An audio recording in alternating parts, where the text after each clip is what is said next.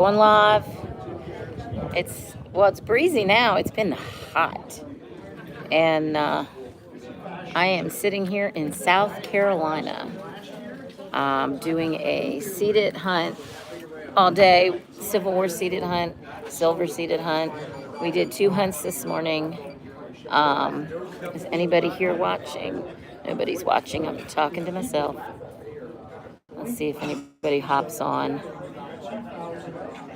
Oh, somebody's here. Hey, I can't see who's here because I can't get my... Let's see who's here. Can't see. Anyway, thumbs up. Thank you for popping in. Doing a Civil War seated hunt here in South Carolina with Matt Cato. He does about one a year. It's a pretty cool hunt. Oh, who is that? Oh, no, it disappeared before I could see. Angie and Rick. Hey, Angie and Rick. I'm down here. A couple of my ONSD folks are here from Old North State Detectorists. Spent the night, and I'm spent tonight in Monroe.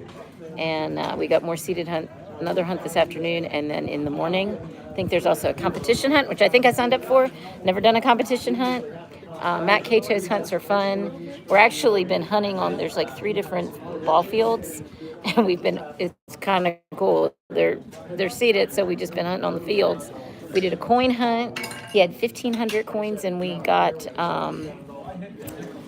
when we found the coins, and they were all kinds of coins, like $50 or old, I got war nickels and Indian heads, a V nickel, and he has little numbers on them. And so later when we do prizes, he'll draw numbers.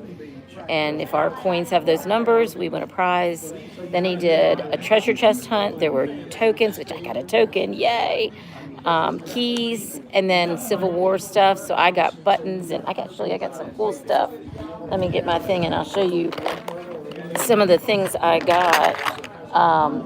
Here's all my tokens in here. I don't know if you can see those. They all have numbers on them, and they're all coins, and we can keep the coins, which is cool.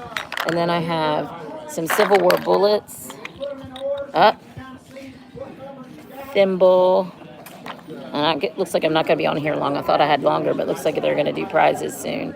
This really cool St. Teresa medal. I'm going to have to clean it up because it says something on the back, and I think a St. Teresa medal is cool. A bunch of 3 round balls, different sizes. One is super chewed up. Some little teeth were gnawing on it. What I think is a bale seal because it feels like lead.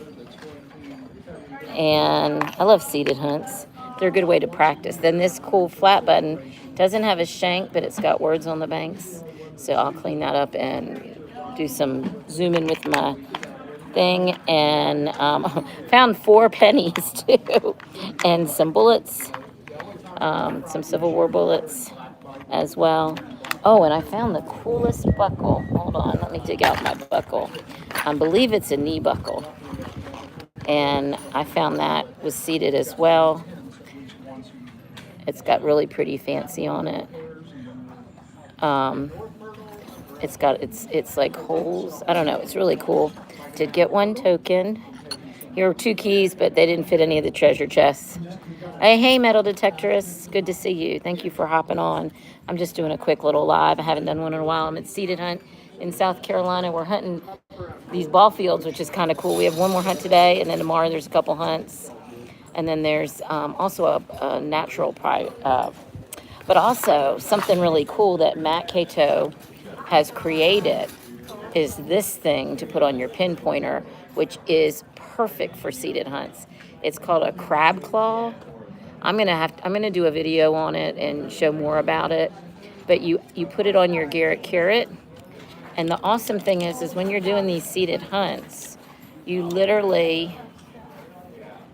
Here it's on here, so I'm pinpointing, and then I go and I flick open the dirt because they're never very deep. This has been the best thing. Oh, somebody else has come in. I can't see who it is because I'm really bad at this. Oh, I don't know who that is, but thank you for everybody who's come in to... Just thought I'd go live for a few minutes before we trade in our tokens for prizes. I was showing the few things I got in the seated hunts today. Also, I'll show you how he does so he puts these little stickers on, which are good. I bet he made these because they look like holographic stickers you'd make in Cricut.